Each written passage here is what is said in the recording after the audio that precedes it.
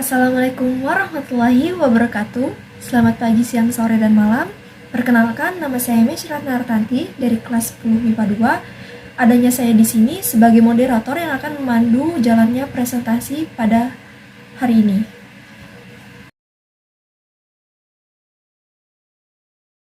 Sebelum itu, pertama-tama saya akan memperkenalkan anggota kelompok kami.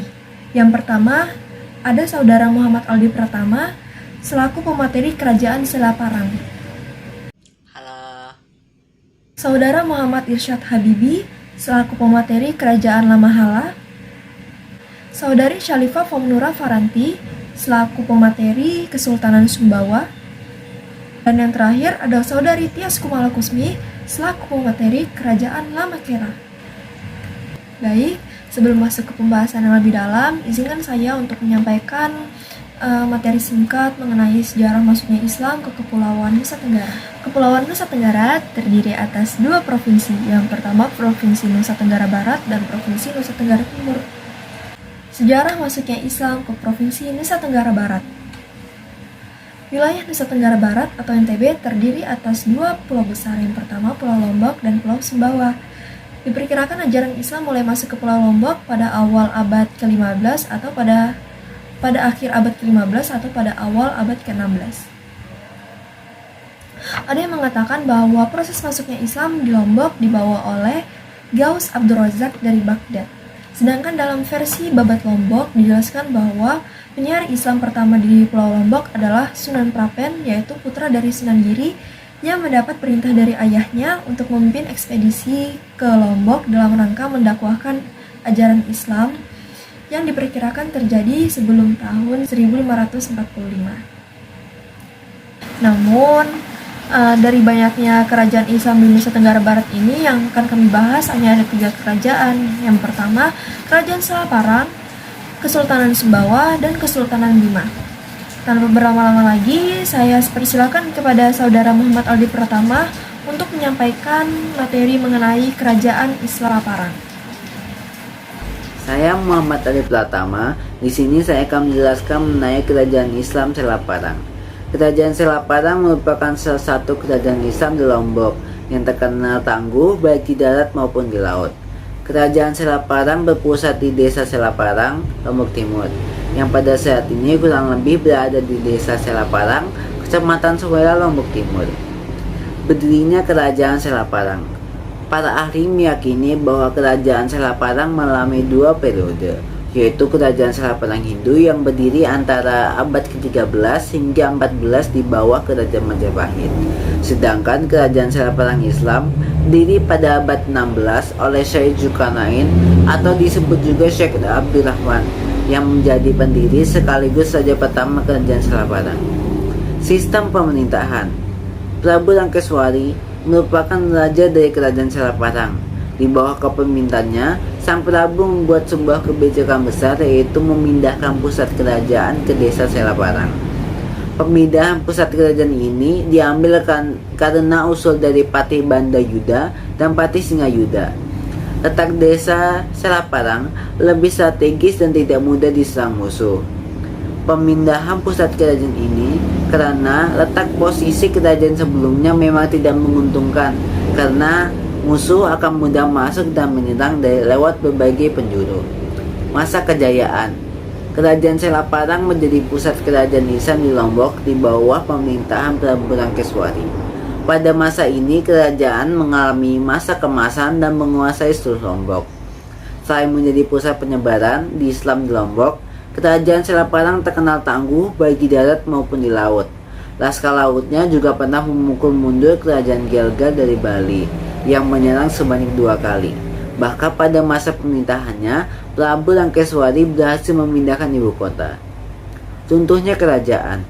Kerajaan ini runtuh pada abad ke-18 atau pada tahun 1740 Masehi setelah ditaklukkan oleh pasukan gabungan Kerajaan Mataram, Karangasem, Bali, dan Banjargetas.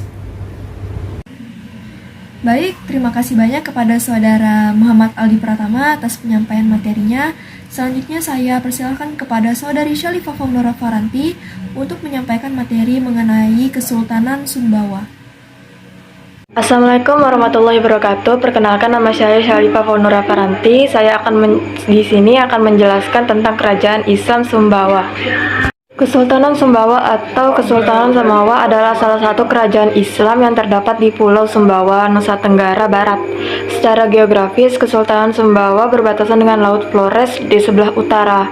Di sebelah selatan berbatasan dengan Samudra Hindia, sebelah barat berbatasan dengan Selat Alas, dan di sebelah timur berbatasan dengan Kerajaan Dompu. Berdirinya Kesultanan Sumbawa diperkirakan telah berdiri sebelum tahun 1648 Masehi.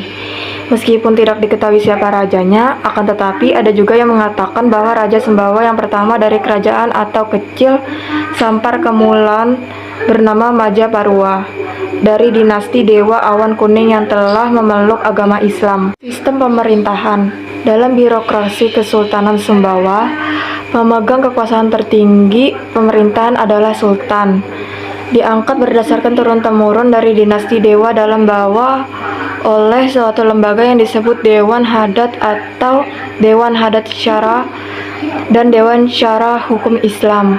Sultan dalam bahasa Sumbawa disebut Datu Mutar, tetapi oleh rakyatnya disebut Dewa atau Dewa Mas Samawa. Runtuhnya kesultanan, perebutan kekuasaan dan adanya campur tangan dengan pihak VOC mengakibatkan kemarahan rakyat dan terjadinya pemberontakan, hingga akhirnya kekuasaan Belanda di Kesultanan Sumbawa semakin merajalela hingga membuat Sultan Sumbawa terakhir terpaksa menandatangani perjanjian untuk menyerahkan seluruh Kesultanan Sumbawa ke tangan Belanda saat agresi militer Belanda ke Indonesia pada tahun 1948. Kerajaan Istana Dalam Loka Samawa. Istana Dalam Loka kediaman Raja-Raja Kabupaten Sumbawa NTB, rumah adat tersebut merupakan peninggalan sejarah dari Kerajaan Sumbawa. Makam Sampar. Letaknya tidak jauh dari kota Sumbawa Besar, sekitar 1 km arah timur dalam Loka. Makam Sampar merupakan kuburan para Raja Sumbawa terdahulu bersama ahli kerabatnya. Terima kasih kepada pemateri kerajaan-kerajaan Islam di Nusa Tenggara Barat. Selanjutnya, saya akan masuk ke Provinsi Nusa Tenggara Timur. Di sini saya akan menyampaikan sedikit mengenai sejarah masuknya Islam ke Provinsi Nusa Tenggara Timur. Jadi gini, agama Islam pertama kali dibawa ke wilayah Nusa Tenggara Timur, tepatnya di Pulau Salor, oleh Syahabuddin Salman Al-Faris. Syahabuddin Salman Al-Faris merupakan seorang ulama sekaligus pedagang yang menyebarkan ajaran Islam pertama kali di Nusa Tenggara Timur. Ada beberapa kerajaan Islam di Nusa Tenggara Timur, namun pada presentasi kali ini akan kami bahas hanya 2 kerajaan. Yang pertama, Kerajaan Lamahala dan Kerajaan Lamakera. Tanpa berlama-lama lagi, saya persilakan kepada saudara Muhammad Irsyad Habibi untuk menyampaikan materi mengenai Kerajaan Lamahala. Di sini saya akan menjelaskan materi tentang kerajaan Islam di Nusa Tenggara, yaitu Kerajaan Lamahala. Kerajaan Lamahala terletak di Desa Lamahala Jaya, Kecamatan Adenggara Timur, Kabupaten Flores Timur, Nusa Tenggara Timur. Kerajaan Lamahala juga termaksud dalam Kitab Negara Kartagama yang menyebutkan Lamahala. Lamahala merupakan kerajaan yang tergabung dalam koalisi 5 kerajaan Islam di Kepulauan Solor bersama Kerajaan Terong, Kerajaan Lamakara, Kerajaan Lohayong, dan Kerajaan Lebala. Sejarah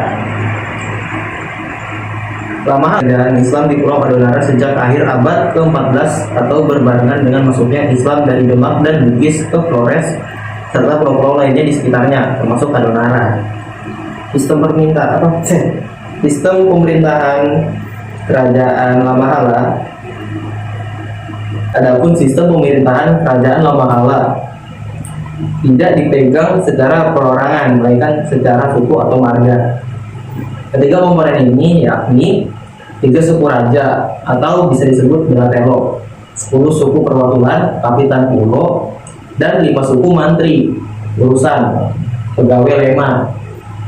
Ketiga pemangku kepentingan di Kerajaan Lamahala ini melakukan musyawarah di halaman Korke Balai atau Balai Adat Lamahala. Karena terdiri dari 3 suku, maka kekuasaan raja dibagi menjadi 3 urusan, yakni suku Selolong sebagai raja urusan pemerintahan, suku Malakuru sebagai raja urusan pertahanan keamanan, dan suku atau bukan sebagai raja urusan adat. Untuk mengurus kemasyarakatan rakyat, 3 suku raja ini dibantu oleh 10 suku perwakilan dari Atatena Mao. Ke-10 suku ini sekelas Dewan Perwakilan yang membawa aspirasi masyarakat kepada raja. Bentuknya kerajaan. Kerajaan ini berakhir saat pemerintahan Raja ke-19, yakni Raja Ismail Adi pada tahun 1942 sampai 1962, memberikan pengakuan bahwa Kerajaan Lamahala menjadi bagian dari Negara Kesatuan Republik Indonesia dan tunduk pada peraturan yang berlaku di Indonesia. Peninggalan Kerajaan Lamahala ada Istana Raja Lamahala, bangunan pertama Lamahala, rumah adat Lawaha, dan sejumlah pusaka yang menjadi warisan nenek moyang sekaligus peninggalan kerajaan yang dirawat bersama oleh masyarakat Lamahala. Baiklah, terima kasih kepada Saudara Muhammad Irsyad Habibi atas penyampaian materinya. Selanjutnya, ini yang terakhir, saya persilahkan kepada Saudari Tias Kumalakusmi untuk menyampaikan materi mengenai Kerajaan Lamakera. Assalamualaikum warahmatullahi wabarakatuh. Saya Tias Kumalakusmi. Di sini saya akan menyampaikan tentang Kerajaan Lamakera. 1. Berdirinya kerajaan. Kerajaan Lamakera berkembang menjadi sebuah kerajaan Islam pada tahun 1932 dan dengan raja pertamanya yaitu Raja Haji Ibrahim Dasi yang memerintah sejak tahun 1932 sampai 1941 Masehi. 2. Sistem pemerintahan. Lamakera merupakan sebuah wilayah kerajaan yang penyelenggaraannya dipimpin oleh seorang raja. Dalam penyelenggaraannya pemerintahan, Raja Lamakera didampingi oleh pegawai pakai atau 4 orang pembantu raja. Sebagai penopang utama tugasnya lewat tanah ekal atau tanah tumpah darah.